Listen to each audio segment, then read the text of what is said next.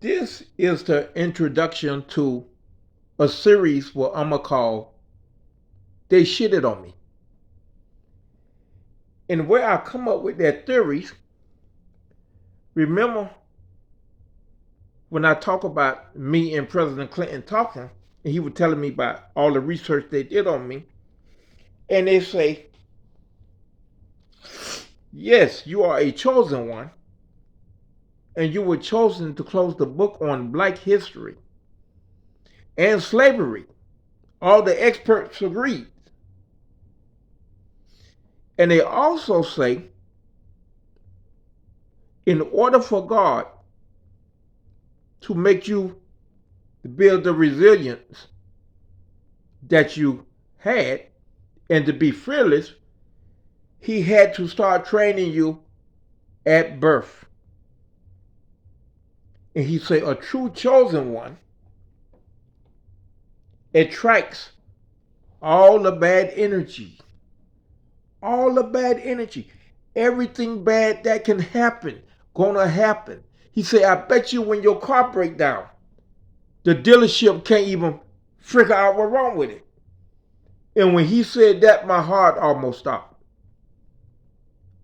Every time my car break down, that will happen.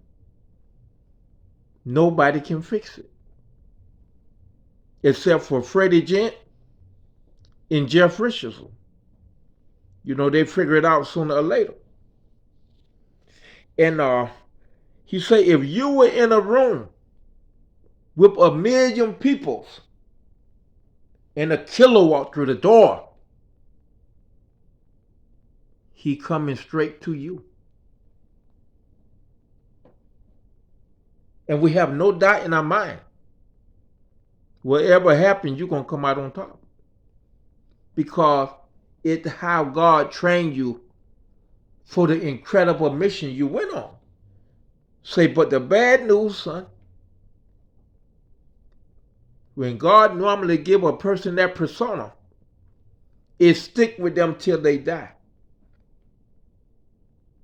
You know, I always was thinking, in my old age, God gonna reward me. But in my old age, it got even worse. When I go to the hospital, it's way out of control. Way out of control. The first time I went to the hospital, they intentionally gave me 4 deadly diseases because nurses love me. Nursing home, hospital, everyone I went to say, you are the perfect patient. It's just like you're not even here. You stay here a whole month without ringing the buzzer. Or you stay here in the nursing home for over 4 months and you never ring the buzzer. They told me this in 3 different nursing homes. So whenever they see BS, they let me know.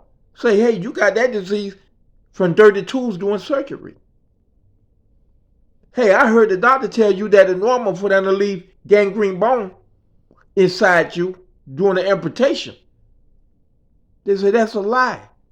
We heard him tell you that they can get the gangrene bone out with their left hand with antibiotics and blah, blah, blah.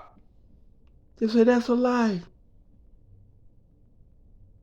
And I know that was a lie because I look at Gunsmoke. You know, like one time I went in the hospital, right? My toe was gone. It was gone. It was gone. And they say whoever wrapping your foot should have seen that. And the lady who was wrapping my foot say, it just came overnight. They say, oh no, we ain't just went to school yesterday. They say that at least 3 weeks worth of gangrene. And they say, we advise you, sir, to let somebody else wrap your foot from now on. Right? They gave me this nurse, old lady. You would think an old woman in her 60s. She was like 68 to 70. You would think she have sympathy. So I'm sitting in there. They put me in a temporary room. And I say, miss, remind you, they don't like to give black people painkiller. It ain't no goddamn secret. Miss, can you please give me some kind of painkiller? She come back with 2 Tylenol. I say, Miss, do you think Tylenol can stop the pain of gangrene? And she said, gangrene ain't got no feeling. You just want painkiller. That's why you here. Gangrene has no feeling. Just hollering and screaming at me.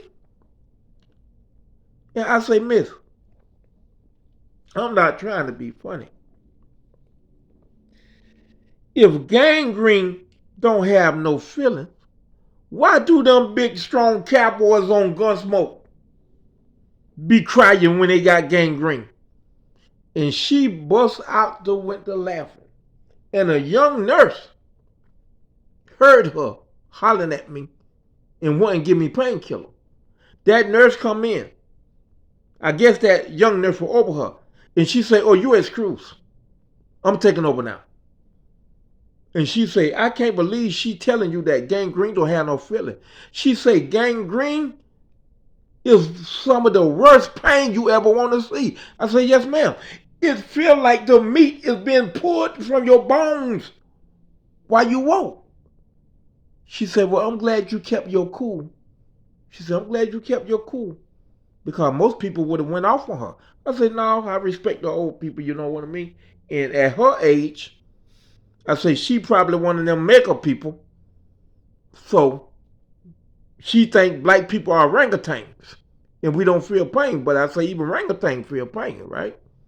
But anyway, this series, when I was talking to President Clinton, this series I'm going to do, he kept telling me, any book you write going to be a bonus for the people in the faraway future. It can help them prepare for certain things that they run across. You can give them heads up. Because we're going to rewrite the book on discrimination based on your life since you have the least minority friendly degree on the planet.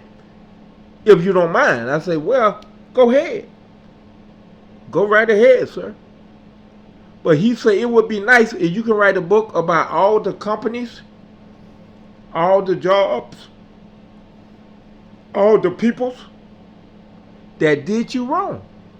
And all the experts predict if they bring you out in this lifetime, it's going to be companies, it's going to be golf courses that basically people going to go to blowing their heads off because they were too stupid to realize that blacks don't have golf in golf course management. They should have automatically known if they were smart that you were part of history. All your friends, all your families, everybody you went to school with, you're going to wish they kicked themselves up the ass when they realize that you one of the greatest men that history ever set eyes on. They can write books about you and never have to work again in their whole entire life. But now it's too late. That's what President Clinton say.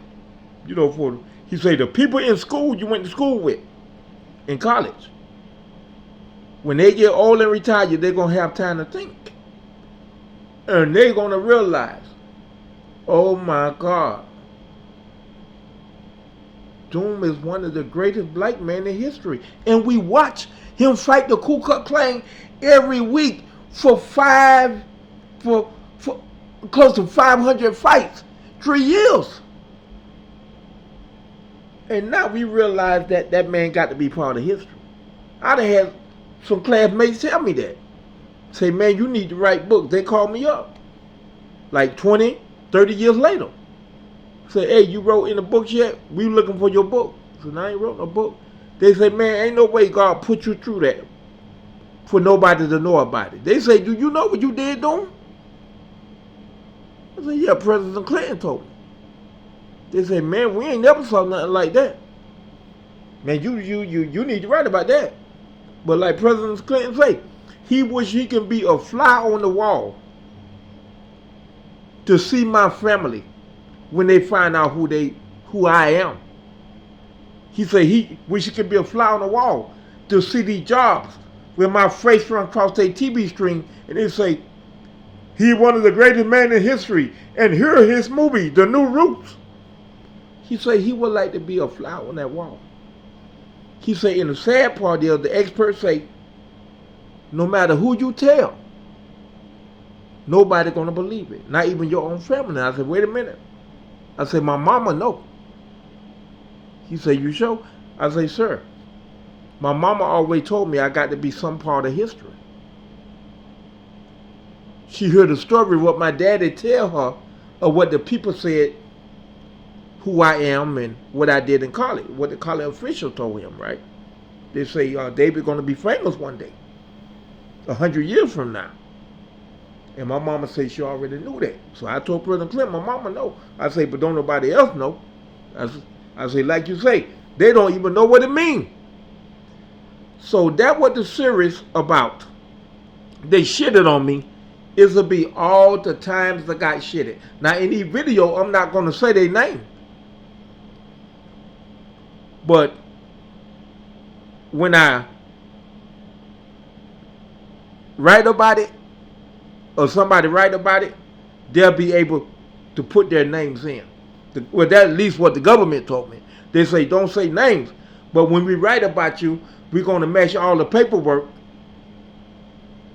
with the time period, and we'll know everybody's name you deal with in the hospital, everybody's name you deal with when you were paying bills, everybody's name who you dealt with in college. We'll match them up with the paperwork. We'll match them up with the telephone conversation. We'll match them up with all the paperwork we need to find their name in the place. So when y'all hear me say this is they shitted on me, that will be something you need to watch, because it's going to show you the tricks what the company use on not just minorities, on everybody. So everybody need to watch this video. Take care and God bless.